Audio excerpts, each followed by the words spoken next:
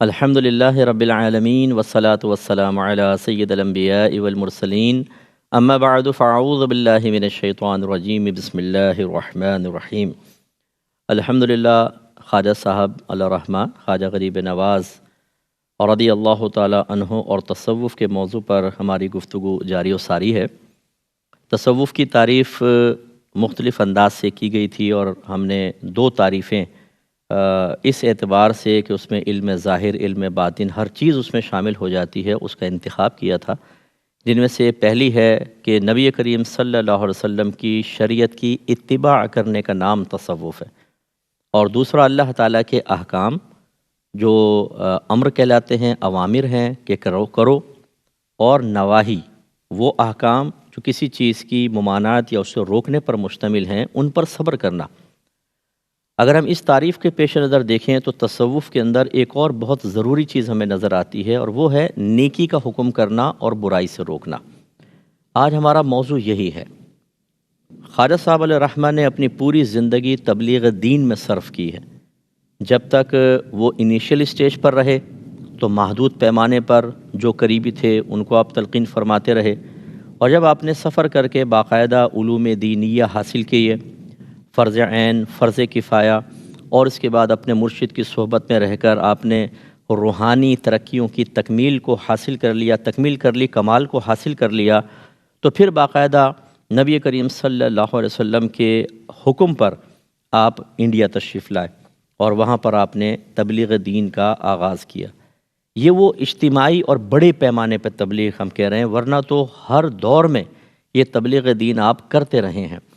تو اس کا مطلب یہ ہوا کہ صوفی وہ نہیں ہوتا کہ جو لوگوں کو صرف فضائل سنائے، صرف قصے کہانیاں سنائے اور اپنے آستانے کو آباد کر لے، بلکہ صوفی تو وہ ہوتا ہے کہ جو شریعت کی اتباع کرتے ہوئے نیکی کا حکم کرے، برائی سے روکے، اور اس میں اس چیز کی پرواہ نہ کرے کہ اگر میں نیکی کا حکم کرتا ہوں، برائی سے روکتا ہوں تو کوئی ناراض ہو کے دور ہو جاتا ہے، میرے گرد جمع شدہ لوگ جو میرے متبعین ہیں ان کی تعداد میں کمی ہو جاتی ہے۔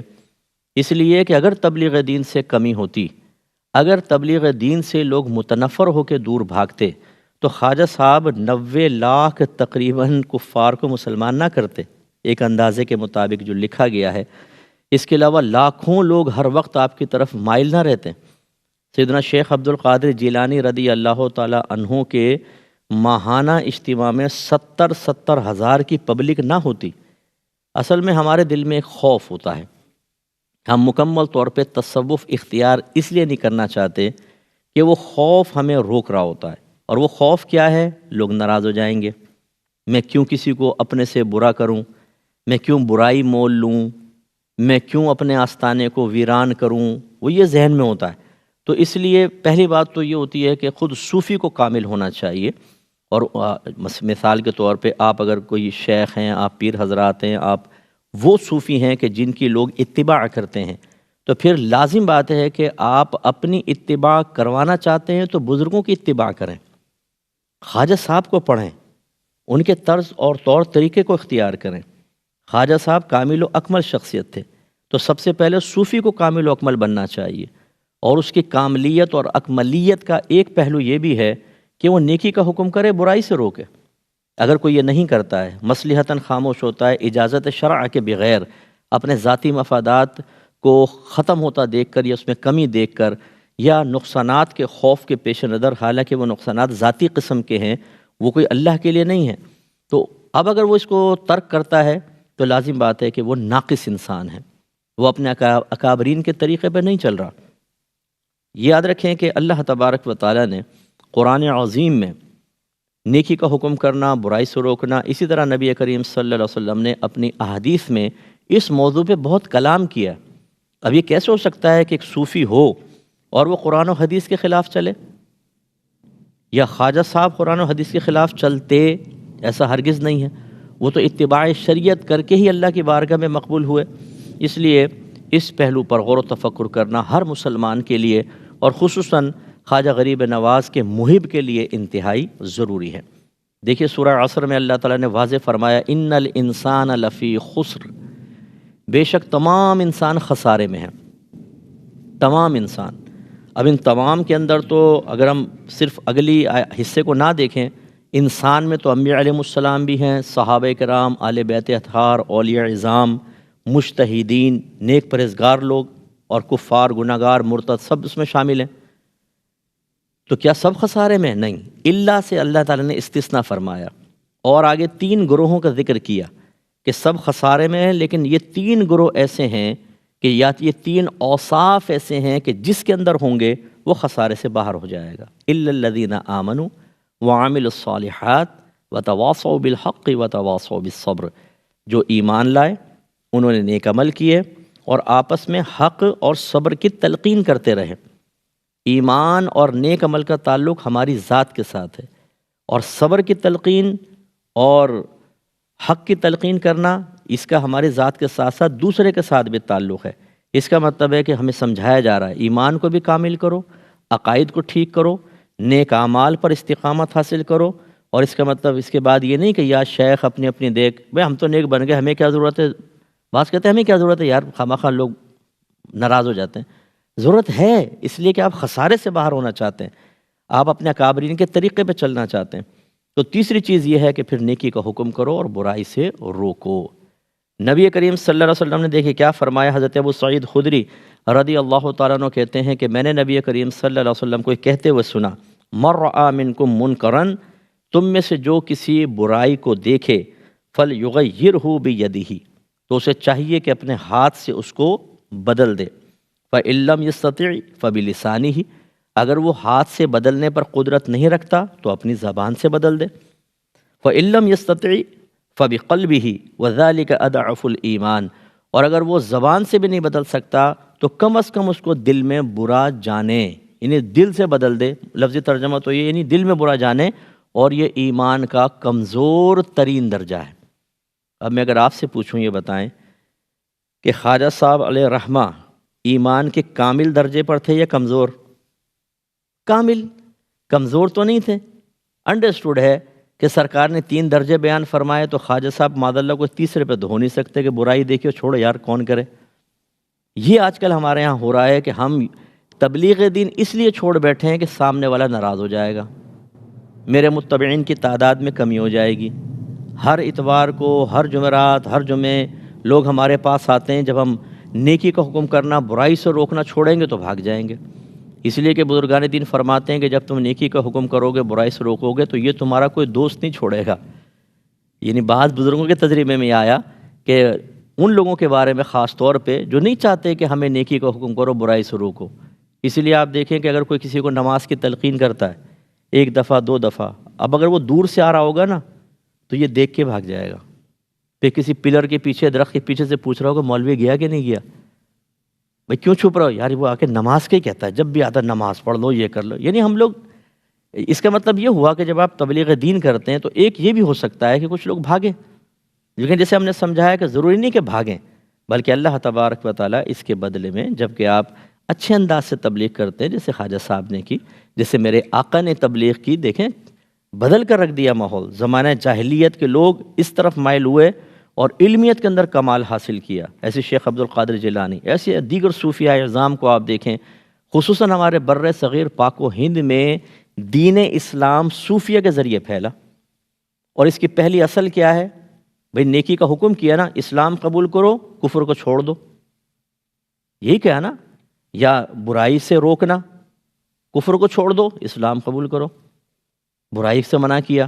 اس کا مطلب یہ ہوا کہ اسلام جو پھیلا وہی ظاہر کرتا ہے کہ صوفیہ اعظام جانتے ہیں کہ تصوف کی ایک مضبوط، ایک اس کا پہلو، ایک شاخ، اس کا پلر کہہ لیں آپ، نیکی کا حکم کرنا اور برائی سے روکنا ہے، اور خواجہ صاحب نے یہی کیا۔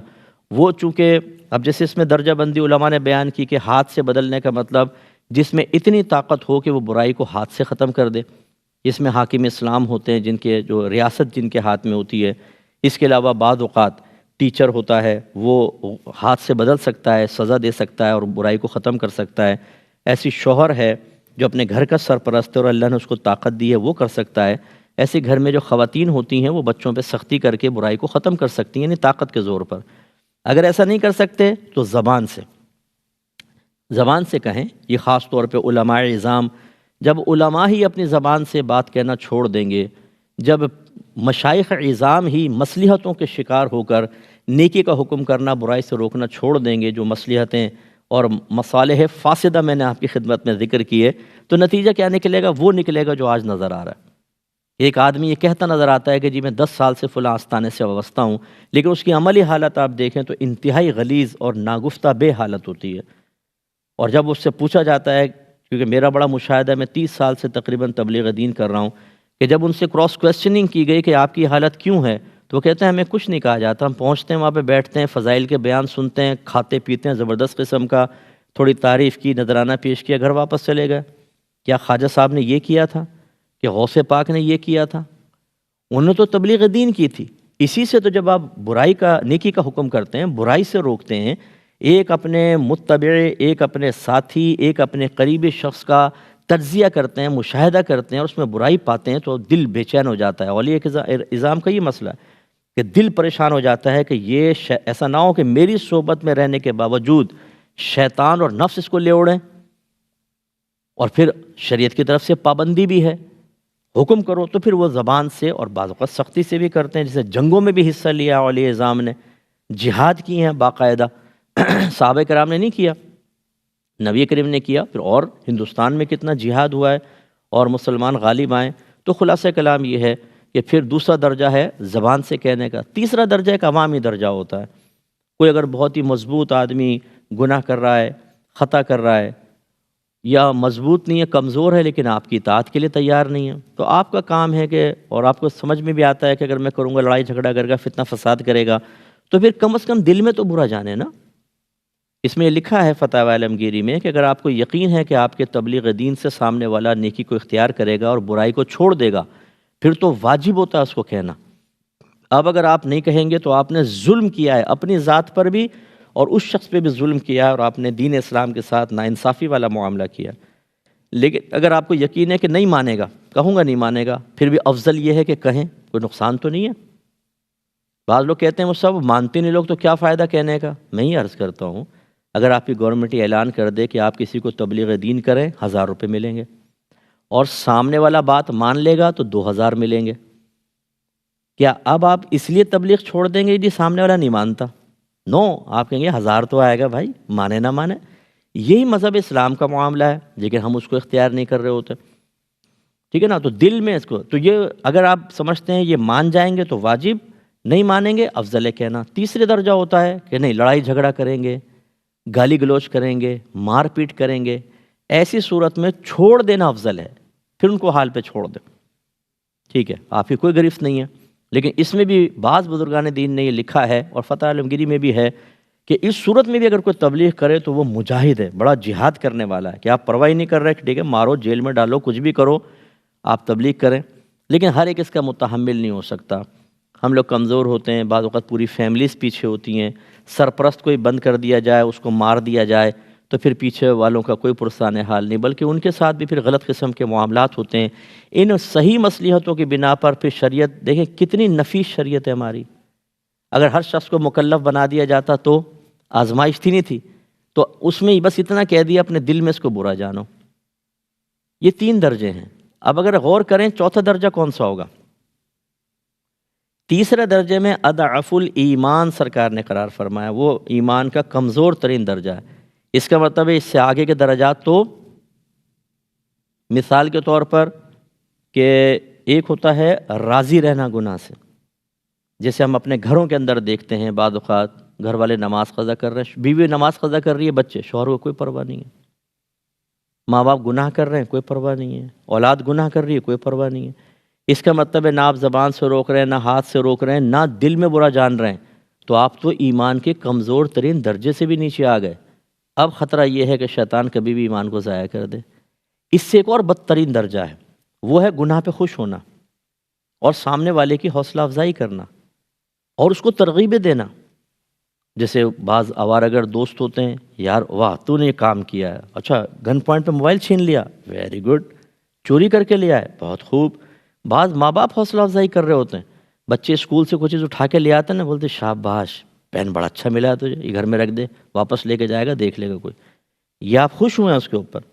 بچے گری پڑی چیز لے آتے ہیں باہر سے، امی 100 روپے کا نوٹ ملا ہے، امی فوراً مال غنیمت جھپٹ لیتی ہیں، بولتی ہیں یہ تیری میری نیکی کام آئی ہے کوئی، یہ 20 روپے لے جا، 80 روپے اپنے پاس رکھ لیے، حالانکہ یہ گناہ ہے، یہ تو امانت تھی، لیکن علم نہیں ہوتا تو اس پہ خوش ہونا۔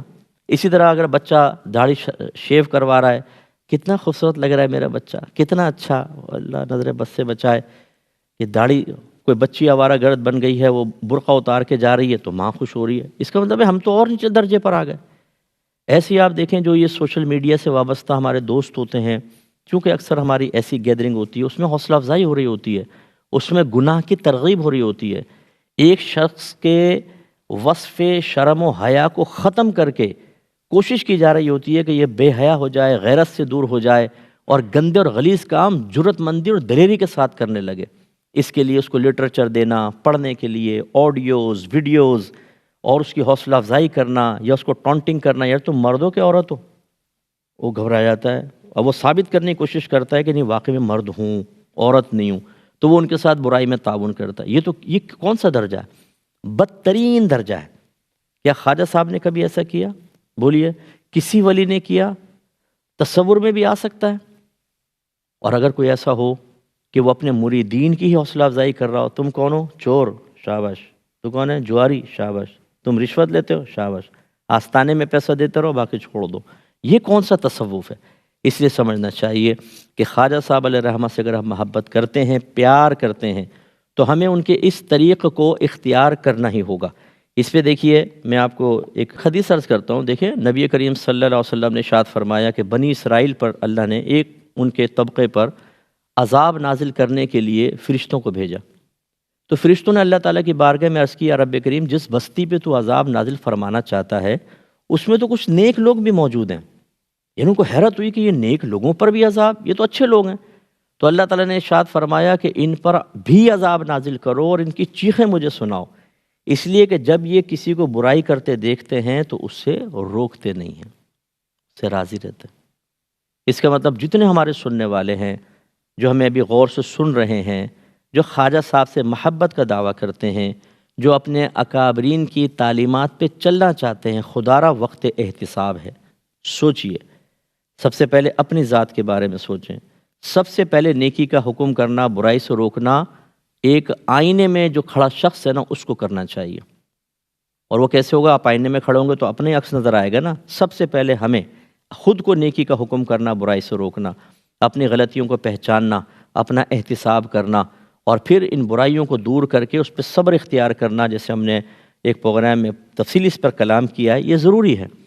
پھر جو ہمارے ساتھ رہنے والے ہیں، اگر آپ گھر کے سرپرست ہیں تو بیوی بچوں کو نیکی کا حکم کرنا، برائی سے روکنا ہماری ذمہ داری ہے نا۔ یا ایھا الذین آمنوا قوا انفسکم واہلیکم نارا وقودھا الناس والحجارہ۔ اللہ تعالیٰ فرماتا ہے ایمان والو اپنے آپ کو اور اپنے گھر والوں کو جہنم کی اس آگ سے بچاؤ جس کا ایندھن آدمی اور پتھر ہے۔ اپنے آپ کو جہنم کی آگ سے بچانے کا مطلب کیا ہے؟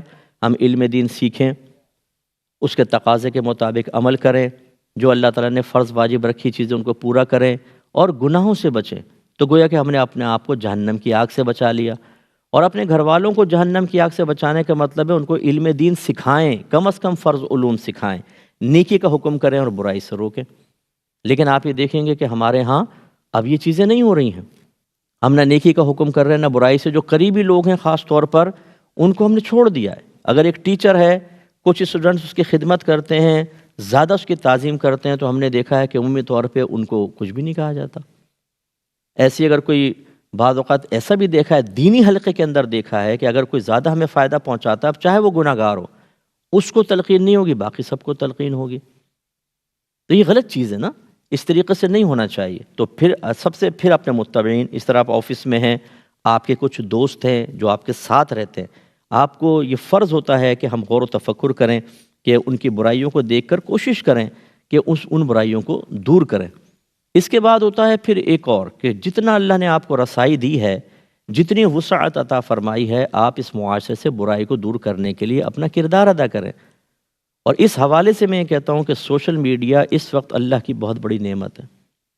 ہمارے بڑے بڑے اکابرین گزرے، بڑے بڑے اکابرین، لیکن ایک ہی وقت میں پوری دنیا میں ان کا فیض اس لیے عام نہیں ہو سکا کہ اس وقت رسائی بڑی مشکل تھی۔ لٹریچر کو پہنچانا، ہاتھوں سے لکھا جاتا تھا، ایک نسخہ تیار، ایک ہی استعمال کر سکتا ہے اس کو۔ پھر دوسرا نسخہ تیار، دوسرا استعمال کر سکتا ہے، اور وہ قلمی نسخے رکھے ہوتے تھے تو کتنا مشکل تھا۔ آج کتنا آسان ہو گیا ہے کہ اگر ہم اپنے اندر تھوڑی صلاحیت بیدار کریں، ہم علم دین سیکھیں، اس کو اچھی طرح سمجھیں، بہتر ہے کہ اپنے ذات پر نافذ کریں، تاکہ جتنا ہم اپنے ذات پہ نافذ کریں گے، یہ بھی ہماری گفتگو ہوئی ہے اسی سٹیج کے اوپر کہ اللہ پھر ہماری زبان کی تاثیر کو بڑھاتا ہے، ہماری شخصیت کو ایک اثر عطا فرماتا ہے، جو دوسرے قبول کر کے تیزی کے ساتھ ہدایت کی طرف آتے ہیں۔ تو اس کو اپنے پر نافذ کر کے، اور پھر سوشل میڈیا پر آج اگر انسان چاہے، یوٹیوب اچھا پلیٹ فارم ہے، اور دیگر ہیں کہ اپنے کلپس بنا کر، اچھی پوسٹ بنا کر جو مستند مواد پر مشتمل ہیں، ایک وقت میں لاکھوں لوگوں تک ایک عام آدمی بھی دین کی بات پہنچا سکتا ہے، عام آدمی بھی جو غیر عالم ہے وہ بھی پہنچا سکتا ہے۔ بس یہ ہے کہ جو میں نے دو لفظ کہے وہ بہت امپورٹنٹ ہے کہ مستند حوالے سے چیز کو حاصل کریں، اچھی طرح پہلے خود سمجھیں، اور اس کے بعد پھر اس کو بیان کر دیں۔ اور اس میں تو اگر کوئی بے عمل بھی ہو تو پتہ کہاں چلتا ہے؟ ایک پوسٹ بنانے میں تو پتہ نہیں کس نے بنائی ہے، اچھا مواد ہو آپ آگے کر سکتے ہیں۔ یوٹیوب وغیرہ پہ اگر آپ بیٹھتے ہیں تو پھر ظاہری طور پر گیٹ اپ آپ کا دین کے حوالے سے تو زیادہ اچھے اثرات مرتب ہوں گے، اور لوگ تیزی کے ساتھ اس کی طرف مائل ہوں گے۔ اس لیے کوشش یہ کرنی چاہیے کہ ہم اپنے اطراف اور پھر اس کے بعد جو دوسرے لوگ ہیں ان کو بھی تبلیغ دین کریں۔ جب یہ ہم چھوڑ دیتے ہیں تو اپنا گھر، خود ہماری ذات، یہ معاشرہ بگڑتا ہے، اور ہم اس کو اختیار کر لیں گے تو جہاں تک ہمارا دائرہ اثر ہوگا اس کی برکات ہم اپنی آنکھوں سے دیکھیں گے۔ اللہ تعالیٰ سے دعا ہے کہ رب کریم ہمیں خواجہ صاحب کی اس سنت پر بھی عمل پیرا ہونے کی توفیق عطا فرمائے، آمین۔ وآخر دعوانا ان الحمدللہ رب العالمین۔ اچھا، کوئی کویسچن کرنا ہے تو کیجئے۔ جی آپ کریں گے، بولیے۔ مفتی صاحب، میرا سوال یہ ہے کہ بسا اوقات چھوٹی عمر کے افراد جب کسی بڑی عمر کے فرد کی اصلاح کرتے ہیں تو آگے سے منفی رویہ ان کو سامنا کرنا پڑتا ہے، تو ایسی صورت میں بڑی عمر کے فرد کا کیا طرز عمل ہونا چاہیے، اور کیا امر بالمعروف و نہی عن المنکر کے لیے عمر بھی زیادہ ہونا ضروری ہے؟ دیکھیں، انسب تو یہ ہے کہ اپنے ہم عمر کو آپ تلقین کریں، کیونکہ نصیحت قبول کرنے کی بہت بڑی رکاوٹوں میں ایک یہ بھی ہوتی ہے کہ کوئی ادنا شخص اعلیٰ کو تلقین کر رہا ہو، مرید پیر کو تلقین کرے، شاگرد استاد کو کریں، اولاد ماں باپ کو کریں، چھوٹی عمر والا بڑی عمر والے کو کرے، تو ایک رکاوٹ خود بخود بیچ میں آتی ہے کہ ان کی ہم مانیں۔ حالانکہ حقیقت یہ ہے کہ ایسا نہیں ہونا چاہیے۔ حضرت عمر فاروق رضی اللہ تعالیٰ عنہ جب حاکم اسلام بنے تو آپ نے فرمایا کہ اگر کبھی تم مجھے ناحق پر چلتا دیکھو تو مجھ پر رحم کرنا، مجھے فوراً بتانا۔ لہذا مشہور واقعہ ہے کہ جو مال غنیمت میں کپڑا آیا وہ تقسیم ہوا، حضرت عمر فاروق رضی اللہ تعالیٰ عنہ کا قد بڑا تھا، جب آپ نے کرتا بنا کے بیٹھے تو ایک شخص کھڑا ہو گیا کہ یہ آپ نے کیسے اتنا کرتا بنایا، آپ کا تو پورا ہونے نہیں چاہیے تھا اس کپڑے میں۔ تو آپ نے ارشاد فرمایا کہ یہ میرے بیٹے حضرت عبداللہ بن عمر نے مجھے اپنا کپڑا بھی دے دیا تھا کیونکہ میرے لیے وہ ناکافی تھا، تو دونوں کو ملا کے میں نے کرتا بنایا۔ اب آپ دیکھیں گرفت کی ہے نا ایک شخص نے، اور حضرت عمر فاروق رضی اللہ تعالیٰ عنہ کے مقابلے میں تو وہ ادنا ہی تھا، لیکن آپ نے اس نصیحت کو قبول کیا ہے، ٹھیک ہے نا، رکاوٹ نہیں بننے دی۔ ہوتی ہے رکاوٹ لیکن بننے نہیں دی۔ ایسے وہ امام اعظم رضی اللہ تعالیٰ عنہ کا واقعہ کہ آپ ایک گلی سے گزر رہے تھے، بارش ہو کے چکی تھی، کیچڑ پڑی ہوئی تھی، تو ایک نوجوان وہاں سے گزر رہا تھا، تو آپ نے فرمایا کہ بیٹا سنبھل کے چلنا، گر نہ جانا۔ تو اس نے جواب میں کہا کہ حضور آپ بھی تھوڑا سنبھل کر چلیں، اس لیے کہ اگر میں گرا تو اکیلا گروں گا، اور آپ گرے تو پوری قوم گر جائے گی۔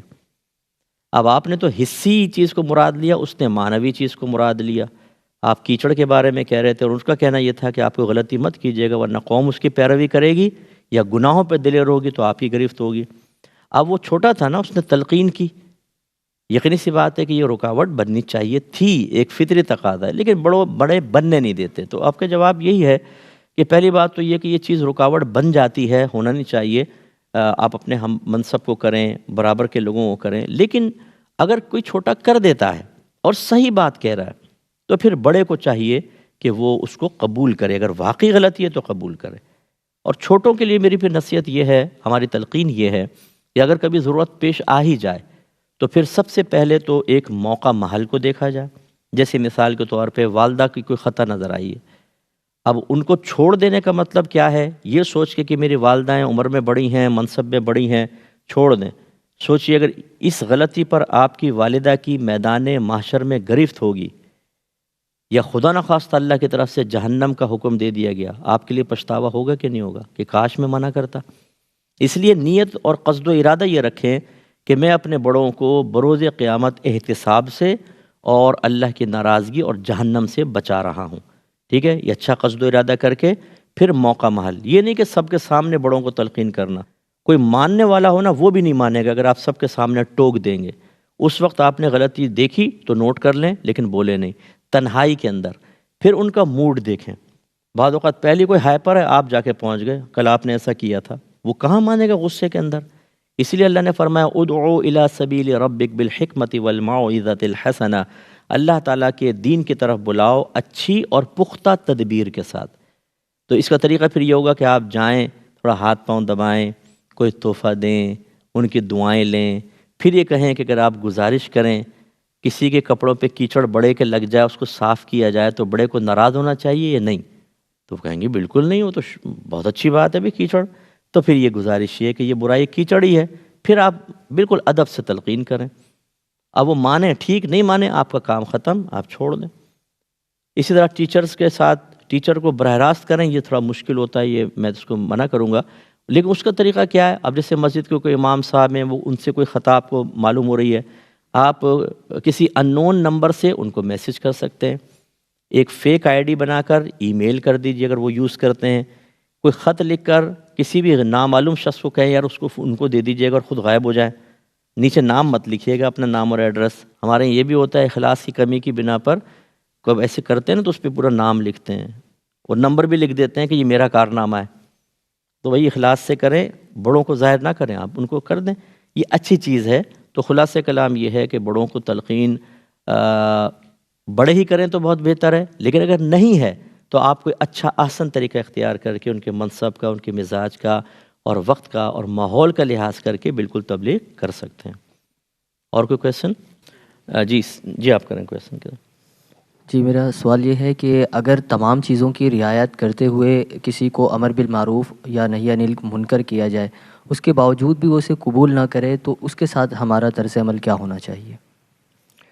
یہ اچھا کویشچن ہے۔ دیکھیں مسئلہ یہ ہوتا ہے، سب سے پہلے ہم نبی کریم صلی اللہ علیہ وسلم کو لیتے ہیں، آپ نے تبلیغ دین فرمائی، جب تک اللہ کا حکم یہی رہا کہ آپ تبلیغ کریں، سامنے والے مانے نہ مانے آپ تبلیغ کرتے رہے۔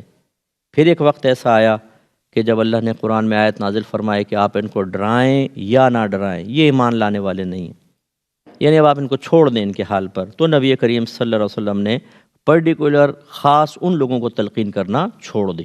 یہ ایک اصول ہے کہ جب آپ کسی کو مسلسل تلقین کرتے ہیں اور وہ سامنے والا نہیں مانتا تو آپ کو قدرت و اختیار حاصل ہے، چاہیں تو چھوڑ دیں، چاہے تو جاری رکھیں۔ ہمارا مشورہ یہ ہوگا کہ آپ تسلسل کو ترک کر دیں، بہت زیادہ کرنا چھوڑ دیں، تھوڑا وقفہ کر لیں، ہفتے میں، کبھی 15 دن میں، کبھی مہینے میں دوبارہ اس کو تلقین کریں، کیونکہ یہ ہوتا ہے بعض اوقات، یہ میرا بڑا تجربہ ہے، ایک شخص وقتی طور پہ آپ کی بات کو قبول نہیں کر رہا، ایک دفعہ رد کرتا، 2 3، پھر اس کے دماغ میں کوئی بات آتی ہے، کوئی ہدایت، کوئی ٹھوکر کھا جاتا ہے، وہ اب ہو جاتا ہے دل نرم، اب وہ خود چاہ رہا ہوتا ہے کہ کوئی مجھے سہارا دے، کوئی مجھے سمجھائے، اس وقت آپ کرتے ہیں تو حیرت انگیز طور پہ وہ فوراً آپ کی بات قبول کر لیتا ہے۔ اس لیے مایوس ہو کے مکمل طور پہ چھوڑ دینے سے بہتر یہ ہے کہ آپ جاری رکھیں۔ اچھا ایک اور ہوتا ہے کہ آپ نے تلقین کی، وہ لڑنے لگا، لڑ رہا ہے، مار رہا ہے، جھگڑ رہا ہے، ڈانٹ رہا ہے، جیسے لوگ کہتے ہیں بھائی تم نے اپنی قبر میں جانا، ہم نے اپنی قبر میں، زیادہ ہمیں نہ سمجھاؤ۔ گھر والے کہتے ہیں زیادہ ملا بننے کی ضرورت نہیں ہے، یہ ملا گیری خود اب باہر جا کے کرو۔ وہ اتنے تلخ لہجے میں بات کرتے ہیں، اتنا سخت روڈلی رویہ اختیار کرتے ہیں، کیونکہ شیطان ان کو تلقین کرتا ہے، یہ ایسے نہیں مانے گا۔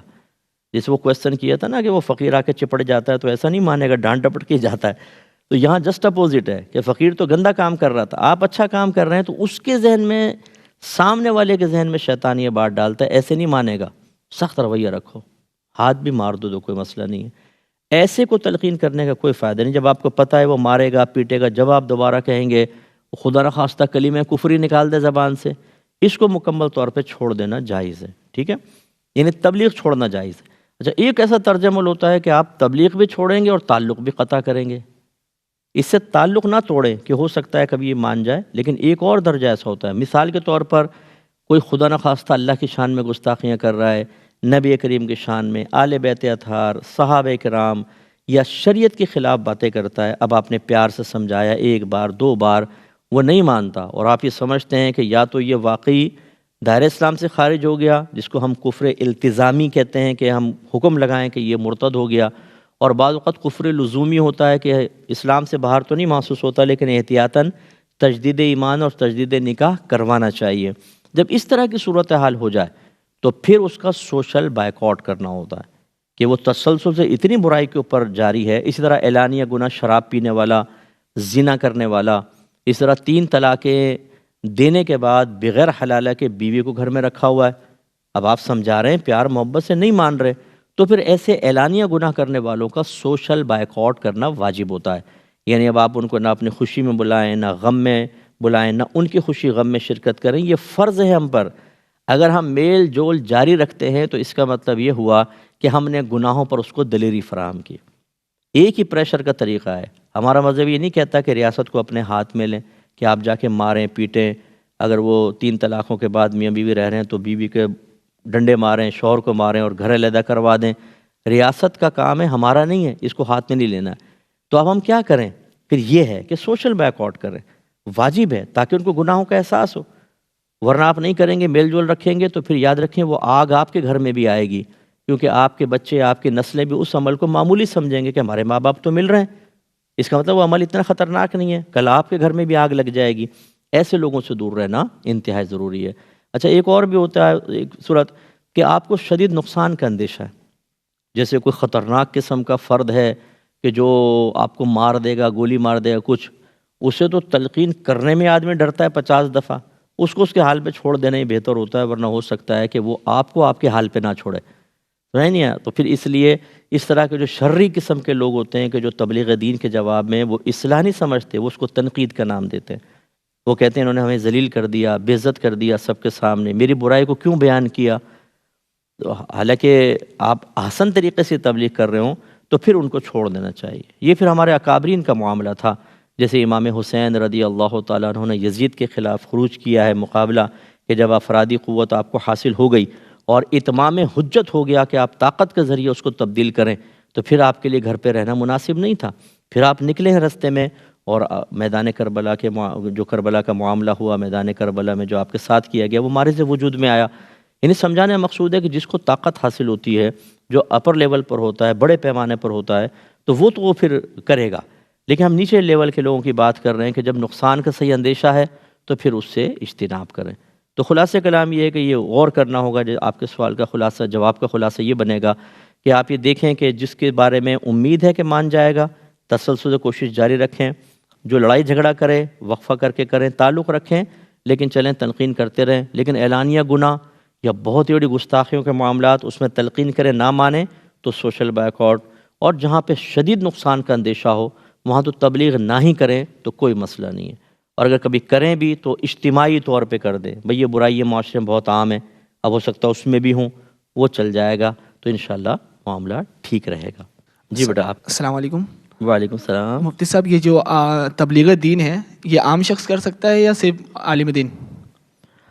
دیکھیں، عام شخص بھی کر سکتا ہے، ہمارے نبی کریم صلی اللہ علیہ وسلم نے ارشاد فرمایا کہ بلغوا عنی ولو آیہ، پہنچا دو میری طرف سے اگرچہ ایک ہی آیت ہو، اور اس میں پوری امت سے خطاب ہے، لہٰذا ہر شخص کر سکتا ہے، کوئی علماء کے ساتھ مخصوص نہیں ہے، لیکن ہر شخص جس چیز کی تبلیغ کرنا چاہتا ہے اس کے بارے میں غور کرے کہ وہ اس کا اہل بھی ہے کہ نہیں ہے۔ اب ایک شخص اگر تفسیر قرآن کی روشنی میں کچھ کرنا چاہتا ہے اور عام شخص سے وہ کیسے کرے گا؟ فقہی گہرائیاں وہ کیسے بیان کرے گا؟ عوام الناس جب کرنا چاہیں تو بس اتنا کہ جب آپ نے کسی مستند عالم دین سے کوئی بات سنی ہو یا مستند کتاب سے آپ نے لٹریچر لے لیا ہو، اسی کو فارورڈ کریں اور بغیر کسی توضیح تشریح کے۔ اگر آپ نے ایک مسئلہ 10 دفعہ بھی سنا ہے تو اس کی تشریح اپنے پاس سے نہ کریں کہ ہو سکتا ہے اس تشریح کرنے میں کوئی غلطی ہو جائے، تو یوں بعینی تبلیغ دین کر سکتے ہیں، یعنی علماء کا یا مستند کتابوں کا پیغام آگے پہنچا سکتے ہیں، اس میں عام آدمی بھی کر سکتا ہے۔ اب جیسے ہمارے والدین اگر غیر عالم ہیں، ہماری والدہ عالمہ نہیں ہیں، تو وہ ایک عام آدمی میں شامل ہے نا۔ اگر تو اس میں علماء کی قید لگا دی جائے تو اس کا مطلب ہے وہ اپنے گھر میں بھی نہیں کر سکتی تلقین، وہ تو مقید ہو جائیں گے۔ ایسے ہر ٹیچر تو عالم نہیں ہوتا، تو اس کا مطلب وہ اپنے اسٹوڈنٹس کو کچھ نہ سمجھائے، تو ایسی بات نہیں ہے۔ ہر شخص کو اپنا مقام، مرتبہ، درجہ بندی کا خیال رکھنا چاہیے کہ میں کس لیول کا ہوں۔ اسی لیے جتنا آپ کو علم حاصل ہوتا رہے اس کے تقاضے کے مطابق پھر آپ تبلیغ دین کریں۔ اب جیسے ہم لوگ ہوتے ہیں کہ ہم فرض عین بھی پڑھتے ہیں اور فرض کفایہ بھی پڑھتے ہیں، یعنی جو ہماری ذاتی ضرورت کے علوم ہیں وہ بھی پڑھتے ہیں، جو لازم علوم ہیں فرض عین، اور جو دوسروں کی ضرورت کے ہیں وہ بھی حاصل کرتے ہیں، جس کو فرض کفایہ کہتے ہیں۔ اور پھر ہم ہر چیز کی اونچ نیچ اور گہرائی پڑھ رہے ہوتے ہیں، تو پھر ہم پر لازم ہے کہ ہم اسی وسیع پیمانے کے ساتھ ہر شعبہ زندگی سے متعلق لوگوں کو نصیحت کریں، تلقین کریں، حتیٰ کہ ججز کو بھی ہو سکتی ہے، وکلاء کو ہو سکتی ہے، ڈاکٹرز کو ہو سکتی ہے، ایسی آپس میں علماء بھی ایک دوسرے کو تلقین کر سکتے ہیں۔ ایک کا علم زیادہ ہوتا ہے، ایک کا تھوڑا کم ہوتا ہے، لیکن وہی بات ہے کہ جتنا جو آپ جس چیز پہ جس ٹاپک پہ آپ تبلیغ کرنا چاہتے ہیں اس پہ آپ کو دسترس بھی حاصل ہو، اس کے بارے میں معلومات بھی حاصل ہوں۔ اب جیسے عوام الناس ہوتی ہے نا، مثلا وہ غیبت کے بارے میں کر رہے ہیں تو غیبت کی جوازی صورتیں بھی بیان کریں۔ اگر آپ نے صرف غیبت کے نقصانات اور غیبت کی تعریف بیان کی تو ہو سکتا ہے کوئی جوازی صورت اختیار کرے اور لوگ بدگمان ہو کے غیبت کر رہا ہے، اس لیے ناقص تبلیغ مناسب نہیں ہوتی۔ اللہ تعالیٰ سمجھنے اور عمل پیرا ہونے کی توفیق عطا فرمائے۔ وآخر دعوانا ان الحمد للہ رب العالمین۔